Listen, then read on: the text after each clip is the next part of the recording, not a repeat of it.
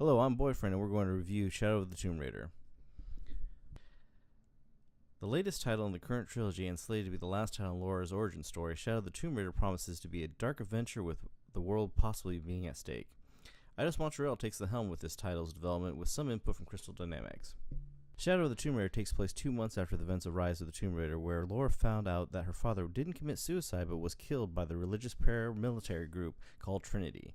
Laura and Jonah have been spending their time hunting down Trinity's cells to disrupt their activities with a side of revenge as motivation.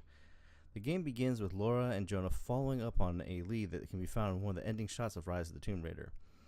After spending some time at a Dia de los Muertos party, they find out that Trinity is close to finding what they were looking for in Mexico.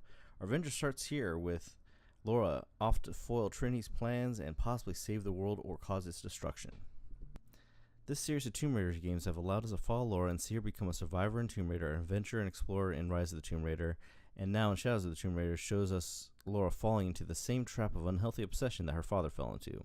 We will ultimately find out if she can overcome her obsession or will she become the enemy that she is so desperately hunting.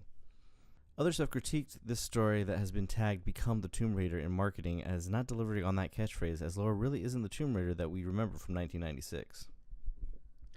I believe that this is a complete reimagining of the character, not necessarily an origin story of a character that we met back in 1996, a character who went from adventurer to super spy in some of the games and movies. This is a different Laura, one that we know a lot more about her family and her motivations. This makes her more human than a superhero.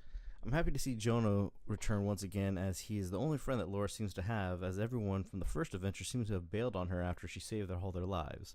The interactions with Jonah in this game makes him seem more like a good friend trying to prevent Laura from becoming like Trinity, and less like a dude stuck in a friend zone trying to get a date. Let's talk about graphics. This game is beautiful. We played the game on an Xbox One X with a high frame rate setting. This made the action smooth as silk and made it seem more like we were watching a movie than playing a game. This is the best looking game on Xbox right now. The gameplay mechanics will be very familiar to anyone who's played the previous games with only minor changes.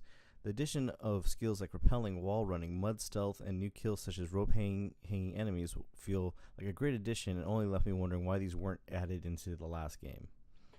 Swimming has been vastly improved from Rise of the Tomb Raider's restrictive system. You can now freely explore underwater locations, find resources, and complete challenges. Air pockets and skill upgrades let Laura swim underwater longer. No more magical rebreathers. The gunplay has been criticized for being overpowered, but I would rather call it more realistic. To balance gunplay, you have to have logic to back it up. Otherwise, you end up with bullet sponges that don't seem fair, like in The Division. I'd rather have guns be as powerful as they actually are, so headshots will take out soldiers in one hit, as it should. Other positives that I would like to call out are the new and improved difficulty settings, which lets you completely customize your experience and bringing exploration back to what we remember the 1996 Tomb Raider to be. No more hand-holding when traversing or white ledges. The new and improved challenge tombs and crypts have evolved to be more than just simple one-room platforming puzzles.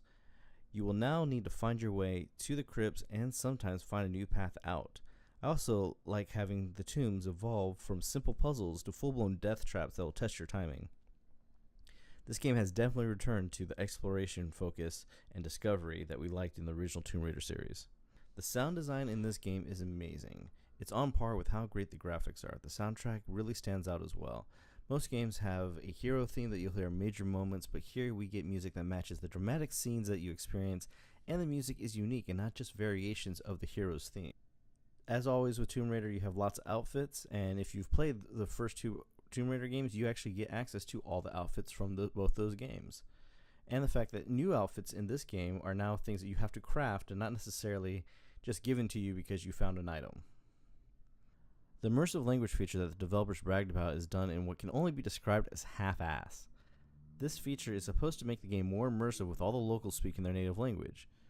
But wandering into a village where nobody speaks English but can understand it fluently is not immersive.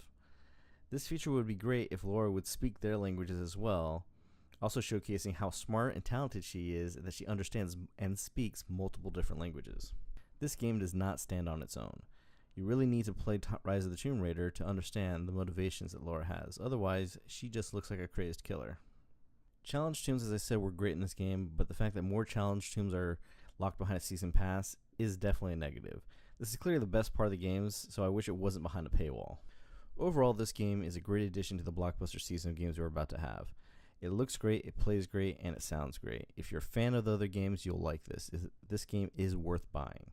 Shadow of the Tomb Raider will be available on September 14th for Xbox, PlayStation, and PC. Early access begins on September 12th for those who want to pre-order the title. Thanks for watching, and now we would like to hear what you think, so please comment below. And please remember to like and subscribe if you like this video. Bye.